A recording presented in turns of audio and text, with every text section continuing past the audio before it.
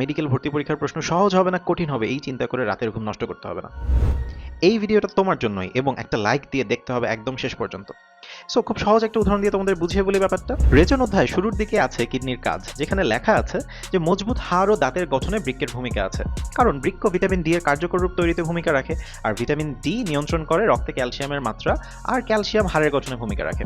এখান থেকে চাইলে খুব সহজ একটা প্রশ্ন আমি তোমাকে করতে পারি, বৃক্ক কোন ভিটামিনের কার্যকর রূপ তৈরি করে? এই প্রশ্নটা পড়ার পরে তুমি অপশন না দেখেও বলতে পারবে উত্তর কি হবে। আবার এই একই জায়গা থেকে আমি চাইলে তোমাকে একটা কঠিন প্রশ্ন করতে পারি, নিচের কোনটি বৃক্কের কাজের ক্ষেত্রে সঠিক নয়? বৃক্ক ভিটামিন ডি এর কার্যকর রূপ তৈরি করে, ভিটামিন এ এর নয়, তাই এটা সঠিক নয়। দেখো প্রশ্নটা কিন্তু একদম একই জায়গা থেকে করেছে এবং উত্তর দেওয়ার জন্য তোমার একই নলেজ প্রয়োজন হয়েছে, কিন্তু আগের প্রশ্নের ক্ষেত্রে প্রশ্ন পড়ার সাথে সাথে তুমি জানতে সঠিক উত্তর কোনটা, বাট এই প্রশ্নের ক্ষেত্রে তোমার একটু সময় লেগেছে কারণ তোমার চারটা অপশন পড়তে হয়েছে। মেডিকেলে প্রশ্ন কঠিন হলে কিন্তু এই ধরনের প্রশ্নগুলোই বেশি হয়। আবার এই একই জায়গা থেকে আমি এবার তোমাকে একটা অ্যানালাইটিক্যাল বা বিশ্লেষণমূলক প্রশ্ন করে দেখাই। মিস্টার এক্স দুর্বল হাড়ের সমস্যায় ভুগছে, নিচের অঙ্গগুলোর মধ্যে কোনটিতে তার সমস্যা থাকতে পারে? উত্তর কিডনি বা বৃক্ক। এই প্রশ্নের উত্তর দিতেও তোমার একই নলেজ দরকার হয়েছে, যেহেতু হাড় মজবুত করতে ক্যালসিয়াম দরকার, আর ক্যালসিয়ামের জন্য ভিটামিন ডি দরকার, আর এই ভিটামিন ডি এর কার্যকর রূপ তৈরি করে কিডনি, তাই কিডনিতে সমস্যা হলে হাড় দুর্বল হতে পারে। একই জায়গা থেকে একই লাইন থেকে তিন রকম প্রশ্ন, একটা ছোট এবং খুবই সহজ, একটা একটু বড় এবং কঠিন, আর একটা বড় এবং বিশ্লেষণমূলক। তাই তোমার সহজ বা কঠিন বা বিশ্লেষণমূলক প্রশ্ন উত্তর করার জন্য কিন্তু ভিন্ন ভিন্ন জায়গা থেকে পড়ার দরকার নেই, সব থেকে গুরুত্বপূর্ণ জায়গাগুলো পড়লেই যে কোনো রকম প্রশ্ন তুমি অ্যান্সার করতে পারবে।